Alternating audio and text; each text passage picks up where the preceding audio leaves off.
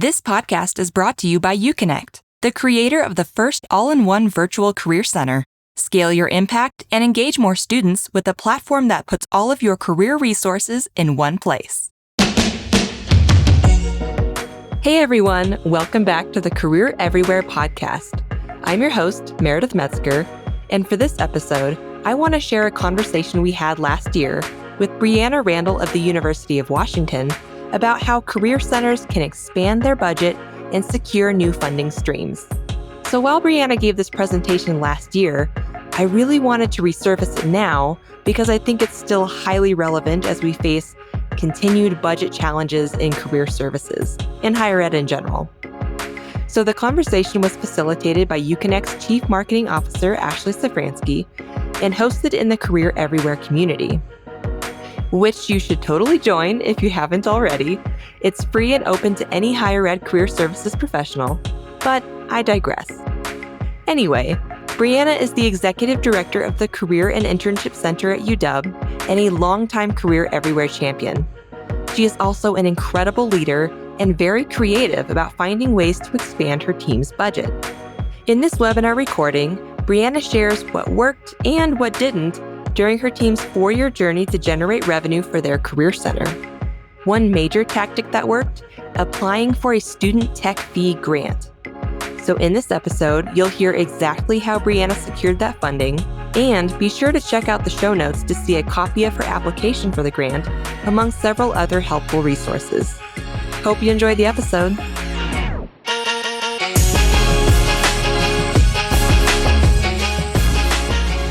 Welcome, everyone. Thanks for carving time out of your Tuesday to join us. You can see we have a great topic lined up with an amazing presenter. Before I turn it over to Briana, I just want to highlight we are recording the session. We will add the recording to the video library within the Career Everywhere community, which is the space we're in right now. So we'll be sure to add that, and we'll always, as we often do, we'll put a topic in the discussion board so people can see the recording, any notes, ask follow-up questions and whatnot. So that's the recording. And then you can see the chat is officially flowing. Welcome, everyone. And we'll use the chat for Q&A. So as Briana is presenting, you're welcome to submit questions. I may interject, as I mentioned to Briana, with questions that are timely based on what she's discussing, but largely we'll save most questions for the end, and we'll make sure to leave 10 or 15 minutes for open Q&A at the end. So with that, this is a big topic. So I'm officially going to hand it over to you, Briana, and just thank you so much for doing this. All right, here I am. Thank you all for joining me. My name is Briana Randall. I use she, her pronouns, and I'm the director in the Centralized Career Center at the University of Washington in Seattle. And I saw a few other Pacific Northwesterners in addition to Ashley logging in. So great to see some familiar faces.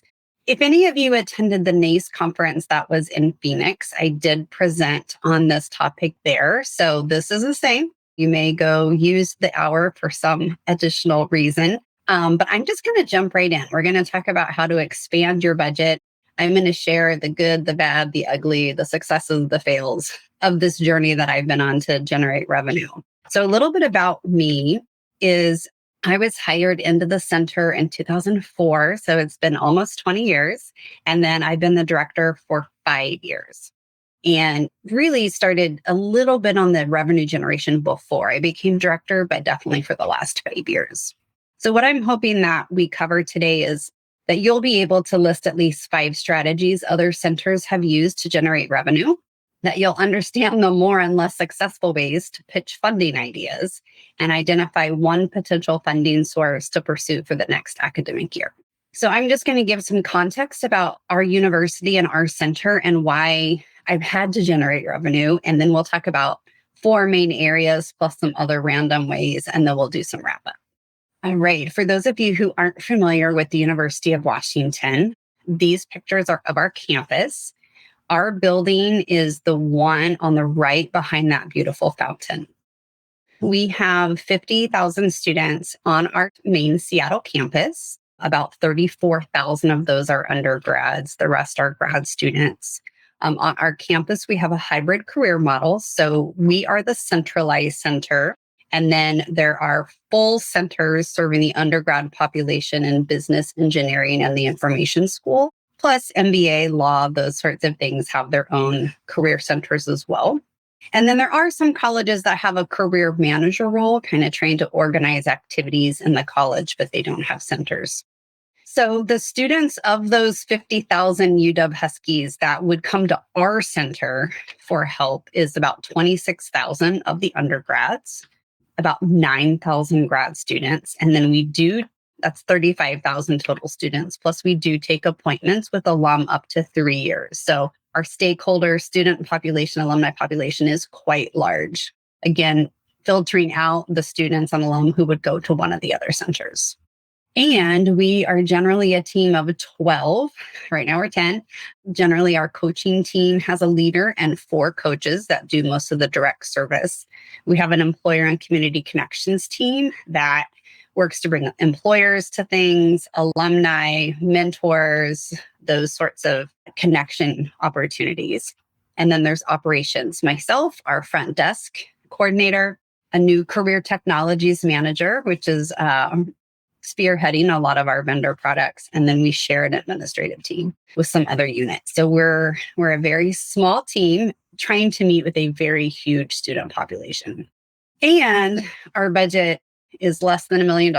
So this includes personnel and operational. When I did a benchmarking survey and they asked, to put your personnel budget and then your operational budget, I was like, wait, some people have 2 different budgets? No, this is all the money we have to do all the things unless we generate revenue in one way or the other. This does not even pay all of our 12 staff. So we really need quote unquote extra money just to sort of fulfill our basic mission. And I really believe our students deserve really great things. And so that's what drives me to try to get money so I can provide our students with the things I think they deserve. So the first major strategy I'm going to talk about is university advancement, fundraising, development, whatever it might be called on your campus. Here it's advancement. I've been working with different advancement officers in student life for a full 5 years now. We've done 5 Husky Giving Days. I don't know if your university has one big day when there's a lot of energy around trying to get donors, but we have one in April. It started in 2019, then took a pause in 2020, and then since then.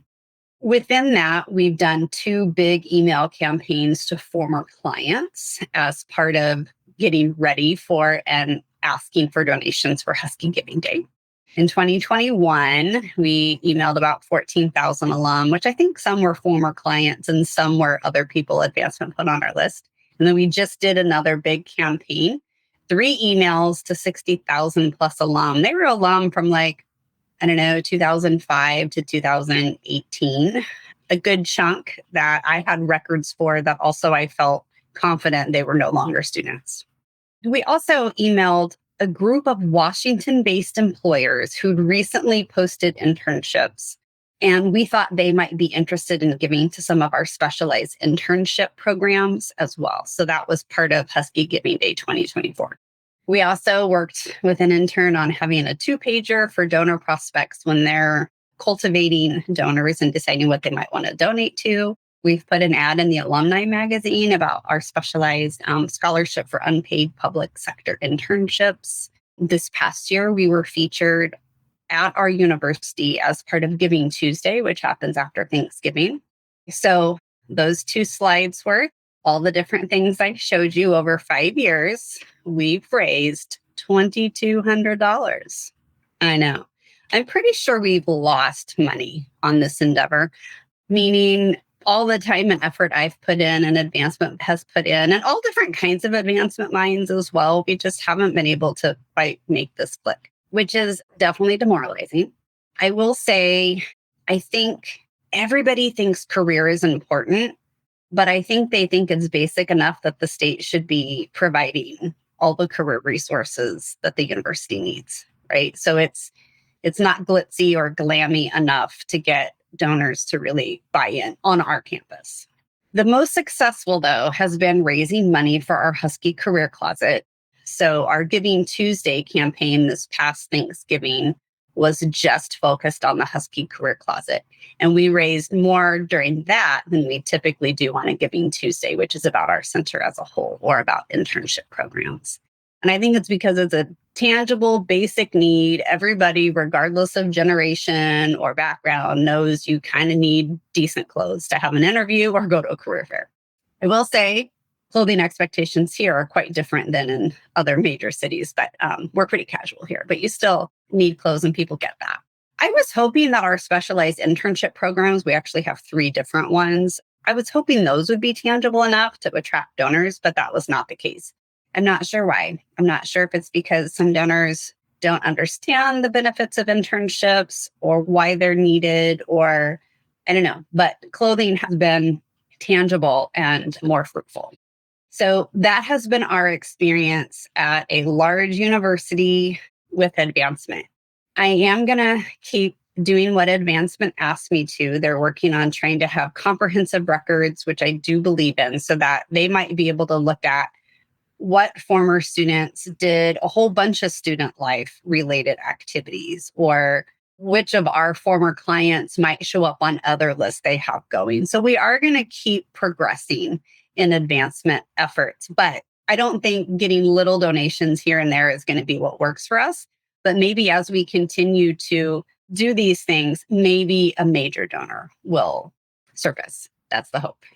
So after advancement, the area I'm going to talk about is campus partners. And just so you know, we will talk about successful things.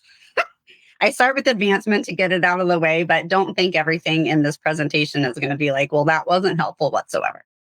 So campus partners, one example is the handshake contract fee. So our other campus career centers who use it, not all do, but if they do and they want to have access to the modules, like do their own career fairs or appointment scheduling, they do pay into the contract. And our center used to pay into it as well when we got Handshake. But now the fee is covered by other career centers. We don't contribute financially, but we do all the work. That's our contribution. I had a lot of feelings about this. Bless her heart. My administrator is much more bold with these sorts of things. So she's like, yeah, it's okay. I wouldn't pay part of the contract. And I'm like, oh, that feels kind of weird to me. So I was really nervous to tell our campus partners, who are great. I work in a university who the career center people are collaborative and work together and are nice people. And I'm very grateful for that and for them. So I felt really nervous about asking them and telling them the first year that we didn't pay in. And I felt kind of bad, kind of like, man, it kind of sucks that I need to do this, right? Kind of embarrassed about our situation. But you know what? The partners all were fine, at least to me.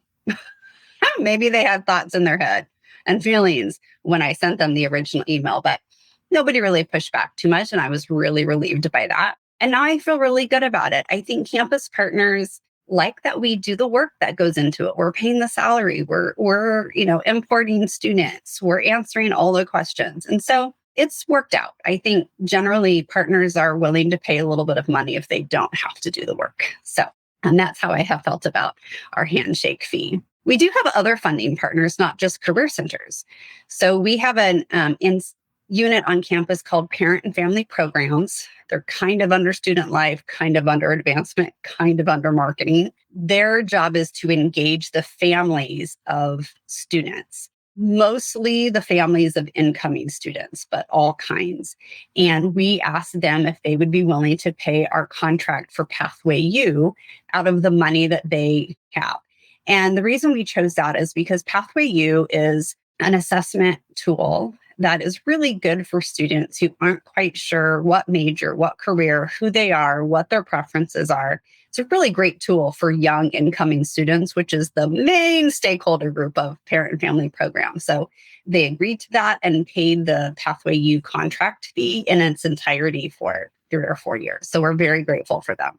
They basically want to make sure that what they're going to use their money for is things that the families that they mostly serve, mostly incoming younger students, would want their students to have, right? And most people want Most families want their students to have a sense of purpose and to get out of college in a reasonable amount of time and to go and make money and be happy. We also have two other campuses. Our Seattle campus is huge. We have two other campuses also in the same metro area. They have their own career centers and their own budgets. But for some of our contracts, depending on how the vendor writes it, we're able to invite those campuses in to use it, and they pay part of the fee.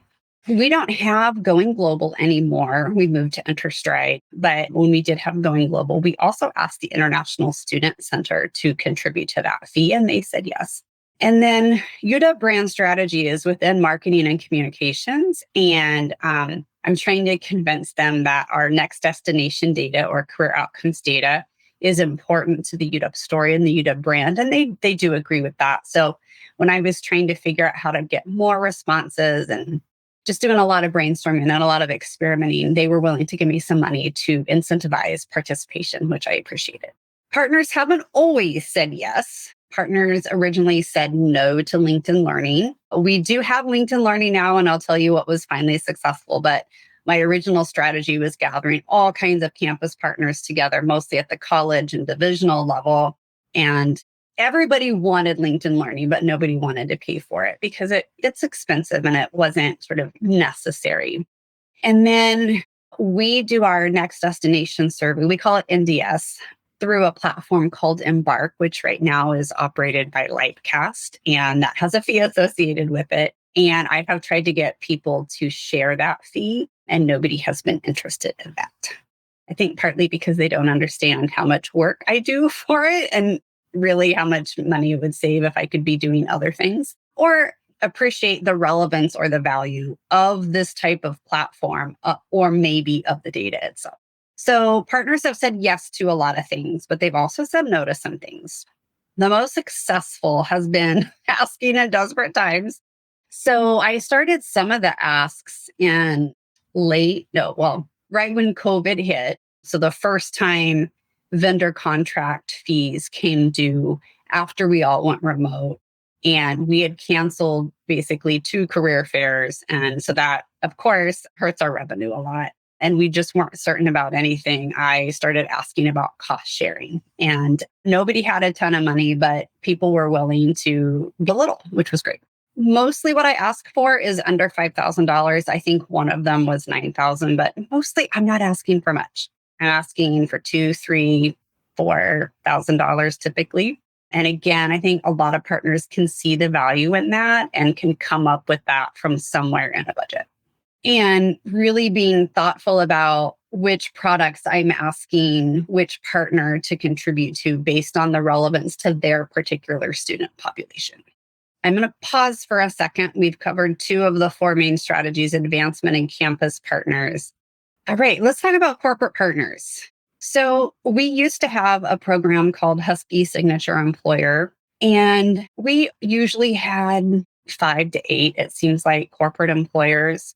And we stopped recruiting employers for that program in 2020 due to low interest. So we found it was hard to get them to join. Then they wouldn't all join on the same timeline. And then it was hard to track who was using what benefit. And really the money that we were getting from that was probably not worth the effort that we were putting in. I will say that college-based career centers, I think probably have better luck, but we're the centralized center and there's other partnership programs on campus that are very specific for employers. So for us, that wasn't particularly helpful.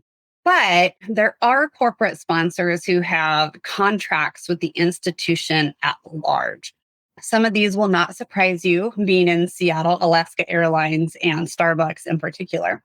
So they give a lot of money to the university at large, and then advancement funnels a little bit of money from those units to us. And Alaska Airlines is a little different. They give us not quite a whole position in benefits. And we are on year 8, so I'll get 2 more of those payments. And then I've got to figure out how we're going to cover behind that money because I'm not sure it will get renewed. The benefit about Alaska is they don't attach a lot of strings. So we weren't required to put their name on everything, which was a blessing. We do some reporting for them. We put their name on some things, but it's been a lovely low maintenance partnership. And then the other 4 give us $2,500. So I will say this doesn't really net us much overall because of the benefits we give the partners. We don't go to a ton of work for them, but we let them have 1 free in-person registration at career fairs, free virtual registrations for fairs. So overall, we're probably not netting a lot of money from those. But if you don't already get a little bit of money from your institution's bigger partners, that might be something to look into. I will say, I believe Advancement started this with us. We didn't approach them, but maybe you can. Out of the blue, the foundation that's associated with one of our corporate partners gave us a no strings attached grant, and they've done so a couple times since then. And that's been a huge blessing. What we typically do with a lot of that money is help restock the Husky Career Closet with the sizes and the styles that young people want and need these days. What hasn't worked? We've asked a major retail partner here in the area who's been a good corporate partner of ours and to the university, and they didn't have a way to donate in-kind clothes to the closet, which was disappointing. We've asked retailers to give us clothing discounts and to consider us for part of like the grant process they might have, and we haven't had any luck there either. I would say in the corporate sector, the things we've tried haven't really worked. But we have been able to just get some money given to us. And then my advancement person would say, but you're doing a good job of stewarding that once it happens. So then it's likely to continue to happen. So when advancement emails me and they need a report, I just sort of drop everything and do it because I know how we treat the people who are supporting us is really important. So we do get some money from companies, not usually directly and often through other sources. The next thing I'm going to talk about has been our most successful. And this is what I'm happy to share more about and hoping that some of you might be able to try some of this if you haven't had the opportunity to. So on our campus, there are a variety of different campus fees, little grants through different departments, things like that you can apply for. Let's see. I won't say I started. One of the types of grants that we've applied to is called the Diversity Seed Grant, and it's offered through our Office of Minority Affairs and Diversity.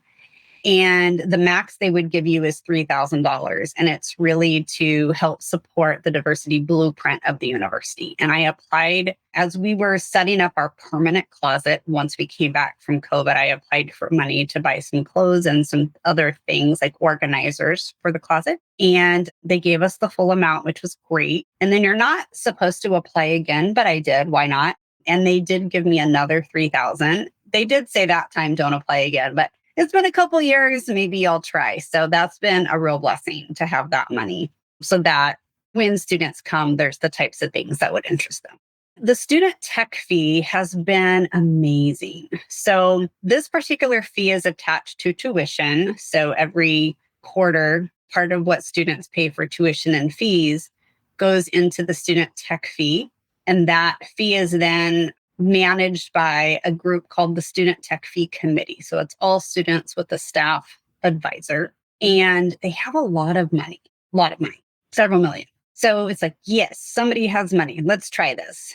And so what they do is every quarter there's a proposal process, and units can apply for funds as long as the tech related thing directly serves students. So I wouldn't be able to apply to get my staff all new computers, but anything that is definitely going to help students directly, you can submit a proposal for it.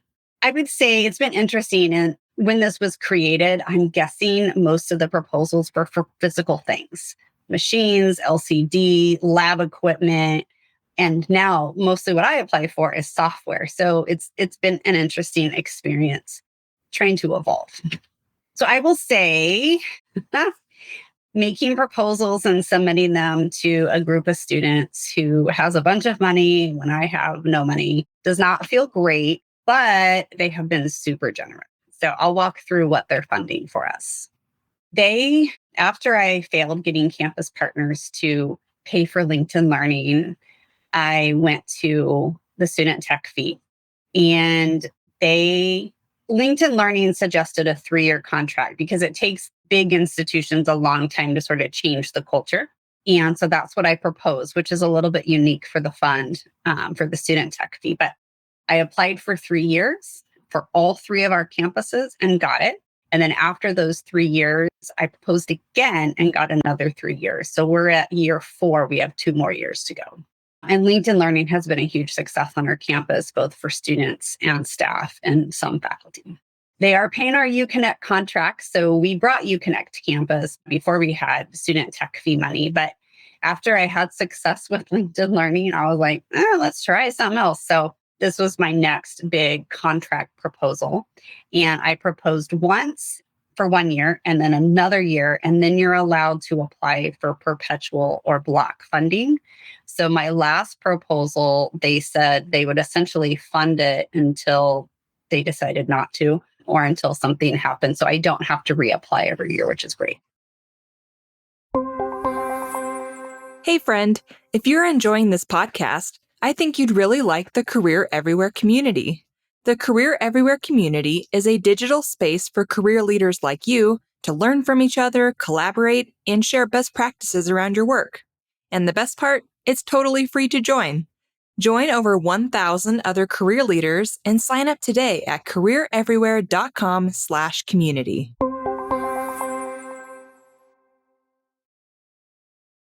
And for those of you who are on the call and aren't UConnect customers, UConnect is the virtual career center that is sort of the architecture of our website. And it's a huge asset to our operation. We also brought Interstride to campus about 1.5 years ago to support international students. And I just went ahead and applied directly for perpetual or block funding. They didn't give us that, but they did give us 2 years with the option for renewal. So we're 1 year into that. And then we just got 2 other contracts. JobScan is a system that helps students tailor their resumes for different applicant tracking systems that different employers use. We applied for that this past winter and were given 2 years. And then Udly is a really amazing AI mock interview tool that you can type in specific questions or use their question bank. You answer the question. It gives you feedback specifically on each question and then like how you could answer it better. And then also gives you the more numerical things like what was your rate of speech, that sort of thing. That's really cool. So they gave us 1 year for that with the option of renewal. So we're about 6 months into both of those. The main physical thing we've applied for is our Iris photo booth. So they approved that about 1 year ago. So within our first year, we had almost 1,000 students use our Iris photo booth for LinkedIn profile photos. They also did approve VMOC, and a lot of you are familiar with VMOC, but we were not able to clear procurement hurdles. So UW and VMOC couldn't come to terms on a couple of things. And so SDF approved it, but we don't actually have VMOC. That's partly why we got JobScan and Udly. One other thing I will say, and this is such a distant memory, which is why I sometimes forget about it, but the first thing I applied for to the Student Tech Fee Committee was for iPads. So I wanted iPads to be able to go stand in like graduation lines to have people take our next destination survey. I wanted to be able to have quicker check-ins at career fairs and events. They approved that. That was our first request early on in my directorship. They came in the mail. They approved it. We ordered them. They came in the mail like February 2020. Then we were remote for 1.5 years and basically never even opened the box for 1.5 years. So it's a whole lifetime ago. But that's another option. Something you could think about a student tech fee for is portable machines for you to do your business more efficiently on campus. So the student tech fee and the diversity seed grant have been very helpful for us. There's another fee called SAF, or the services and activities fee, that's also attached to tuition. We have not applied for that, and we kind of can't really. There's so many of my student life units and close partners that are funded by that, and they max out every year. There just isn't really money for that. So we haven't tried that, but I do know some career centers are funded in that way. So that's something you could look into on your campus. There's also another little grant called the Sustainability Seed Grant. We thought about that for our closet, but it has to be sponsored by a student group. And at this point, it just hasn't seemed worth it to try. But that's something we might consider in the future as we continue to evolve how we run the Husky Career Closet. I will be honest, I do not love pleading our case to student committees who have lots of money and lots of power. It doesn't feel great that that has to be part of my job. I wish I had more money from the state and the university, but I don't. And like I started with the very beginning, I do believe students deserve. And so that's why I continue to write proposals and go in front of committees and speak and answer their questions. All right, I'm going to do one more category, which is just some things to think about. Some other things that have been successful. Our advancement team here on campus, they have an annual holiday party, which if you can ever get invited to that, ours was pretty swanky. And they did a clothing drive. So I collected a lot of clothes for our Husky Career Closet that way. And then we, as part of getting federal work study dollars, there's a program called Job Location Development, and we partner with our financial aid office. And so we run a report on the different ways that our campus is trying to create during school jobs and internships. And then by doing that work and collecting information about it, we're able to get some money from the financial aid, which had come from the Fed. So that's way predates me, but I'm happy to do some work to get that money. So if you're not participating, that could be something to look into as well. We've tried some other clothing drives, and other units have done some clothing drives, and generally trying to get the types of clothes and nice enough quality has not been super successful for us. So we just aren't trying right now. We did have an Amazon wish list for our Husky Career Closet. And shortly after I made it and put it on our website, we got a donation, and we've never gotten a donation since. It's also hard to keep an Amazon wish list up to date because, things go out of stock. And then also we need all the sizes in one item, but it's hard to do that. So we just took our wish list down. I do know that some universities who have closets have had more success with an Amazon wish list or similar for their closet. I'm going to go ahead and do this wrap up section, and then we can go back to the chat, and I'm willing to take questions. So tips, think really broadly about what might work. I think on our campus, what is both frustrating and amazing is that the career work doesn't really live anywhere. As my boss would say, it lives everywhere. And so there are lots of potential partners who could potentially think supporting career-related things is also good for their students or their business or their bottom line. So just try to think more broadly than you might be more inclined to think originally. And also, it really helps to have a thought partner. It helps me that my boss has done a stint in advancement. So she's able to think of things that I wouldn't. So bringing somebody else in, not from career services, to help you brainstorm, I think is really great. I'm generally a believer that 2 brains are better than 1. And have courage. It's like I mentioned, it's not really my favorite thing to do, but I've been willing to take the time to write proposals, to make the ask, sometimes to plead, sometimes to nag, follow up, and it has paid off. But you just have to have the courage to even approach the issue and be brave, and also set boundaries. There's some partners I haven't wanted to ask because I'm not sure what the strings attached to that would be. So you also have to be mindful of how much you'll get out of it.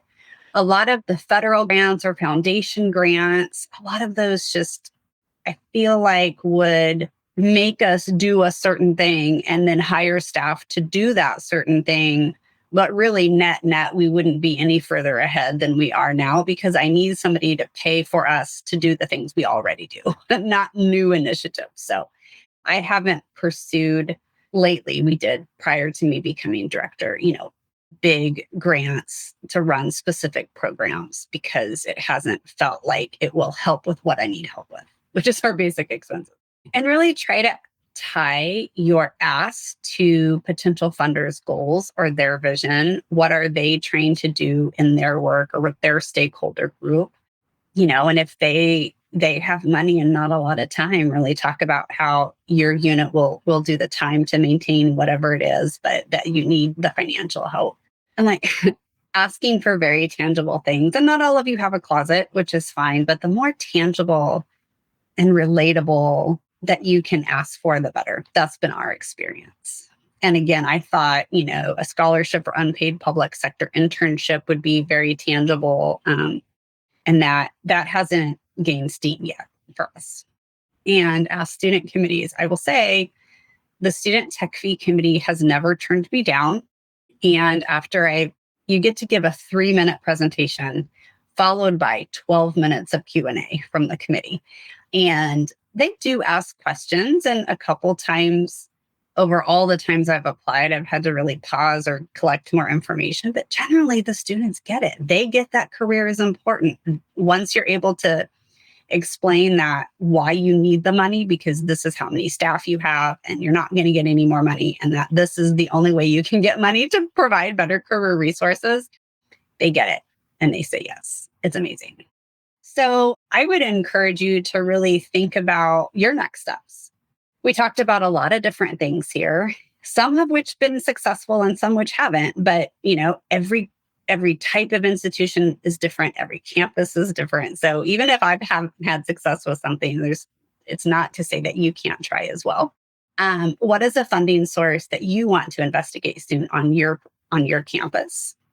And the categories we talked about was advancement, like Husky Giving Day or Giving Tuesday, campus partners, funding different initiatives, grants and fees, and corporate partners. And then when will you do that?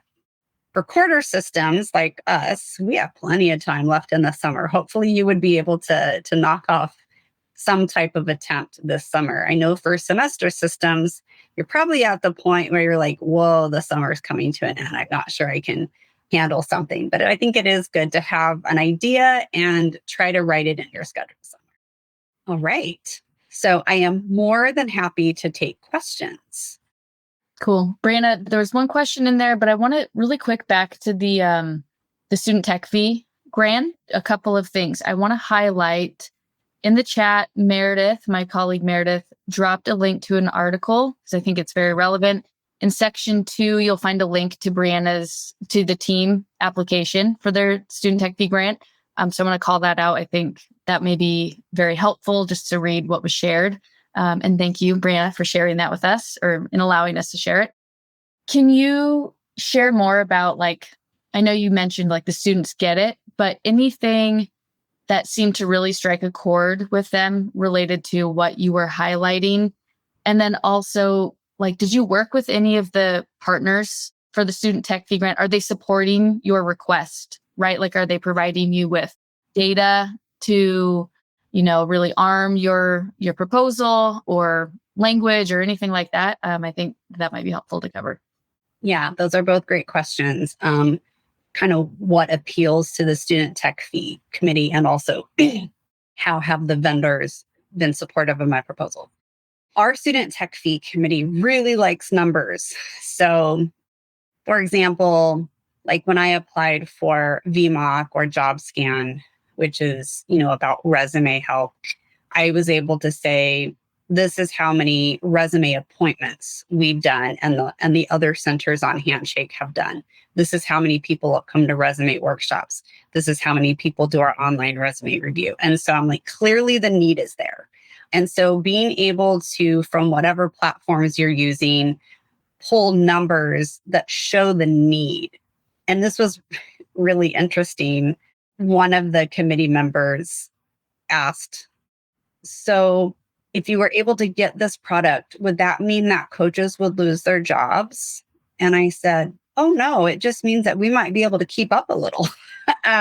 Clearly there's work to be done. And we're just trying to get this product with student tech fee money to help us kind of keep moving forward. So numbers have been really helpful. And also on our campus, how they do student tech fee applications is you're able to get endorsements. And they've done it a couple different ways. Sometimes you get quotes from campus partners, and I've been able to do that when that was the option.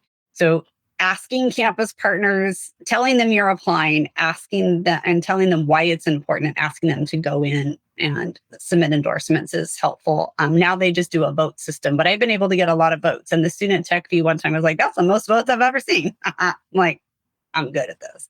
Yes, the vendors themselves have been very helpful.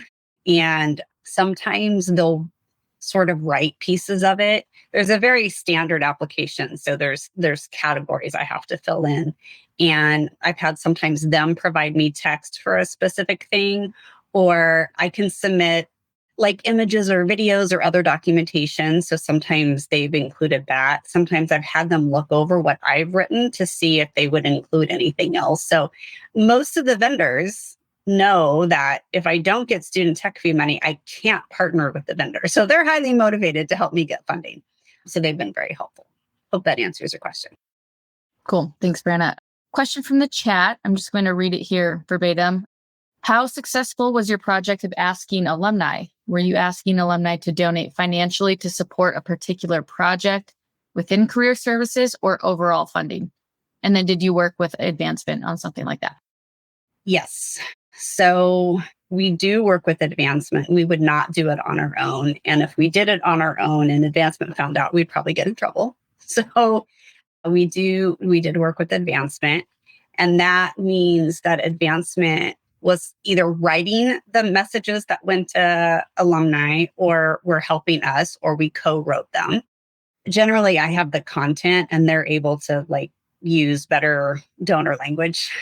So yes, they also make the emails pretty in the advancement condoned email system. And so the emails are actually coming. They look like they don't come from me, but advancement's writing them and putting them in their system. So yes, anytime we've asked alum for money has been with advancement as primary partner. And no, we have not been successful. So that's where over 5 years, we've raised $2,200. Now, I will say part of our challenge is that we are the centralized center. And, a lot of students come to us one time or two times. And even though I think we make an impact, both short-term and long-term, I don't know that the students really think about us as somebody they're super connected to and would open an email from. I think college-based career centers or maybe at smaller schools where the career center has probably engaged with a higher proportion of the campus might have better luck there. Sure. I think that makes sense. I'm going to move on to the next question. I also just want to highlight really quick. I'm going to throw a survey in the chat. We've been lucky, UConnect to work with Briana on her funding and have gotten to highlight a lot of her work, but we've also worked with lots of others. If you want to continue the conversation around alternative funding, our team does have a lot of experience in kind of pursuing some of these different avenues too. So I'm going to throw that in there if you want to continue the conversation. But the next question, Briana, and I think you talked about this, maybe you can just cover it. It doesn't seem that you approach corporations to provide funding or sponsorship. Is there a reason why you don't go after corporations yourself? Yeah. So we were for a while trying to bring partners into the Husky Signature Employer Program, and we were not very successful there. So we stopped. Briana, really quick, is the Husky Signature Program, would be like what you all were calling like an employer sponsor program? Mm-hmm. Okay. Yeah, that's a good clarification. So they get extra visibility on things we put out to students, that sort of thing. And also, most sort of big dollar potential corporate sponsors have an advancement overseer. So me going out directly and contacting a corporation and asking for money would probably not, allowed is not the right answer, but there's people and steps and protocols for that on our campus. And then I only have so much time. So if we've tried some things several times and have not had success, I don't have the time to keep beating my head against a rock. So when we did try for corporations, it wasn't super successful. And so we have just stopped. I do see another question in there about alumni career advising. We used to charge for alumni career advising. We used to start charging alumni for career appointments the day after they graduated. But then we eventually changed that. And where it lives right now, it's been through iterations, is we take appointments with alum up to 3 years out for free. And we do not take appointments with alumni after that. We don't have the bandwidth. We don't have the expertise. And so that 3-year out mark lets students who hadn't quite taken the time to think about their career trajectory while students, and people who are wanting to take a gap year to get experience to apply to medical school, then they can come still use us. But we do not charge for them, but we also don't take appointments with people forever. I want to echo what Britta had shared in the chat about just an honest overview. Briana, it's like one of the things I love about you is that you're a straight shooter, and we always have just really great, candid conversations. And I think that's important because I think it's all experimentation, and you're totally right. What has worked at one place may or may not work somewhere else, and campus cultures are so different, even at similar size institutions. So just trying, keeping it real and trying and learning. So I think that's it. Everyone, thank you. Thanks for joining. Briana, many thanks again for sharing your best practices and what hasn't been a best practice so far. And again, everyone, this is recorded. We'll share the recording in the community. We'll start a thread in the discussion. So if you have follow-up questions for Briana, I'm going to put her on the spot and say if we tag her that she may pop in to respond. So hope everyone has a great rest of the week. Yeah, and you're welcome to email me as well if you have questions. I will say I'm underwater right now, so I might not respond right away, but I'll get to you eventually. So thanks so much, everybody. Appreciate it. Thanks all. See you.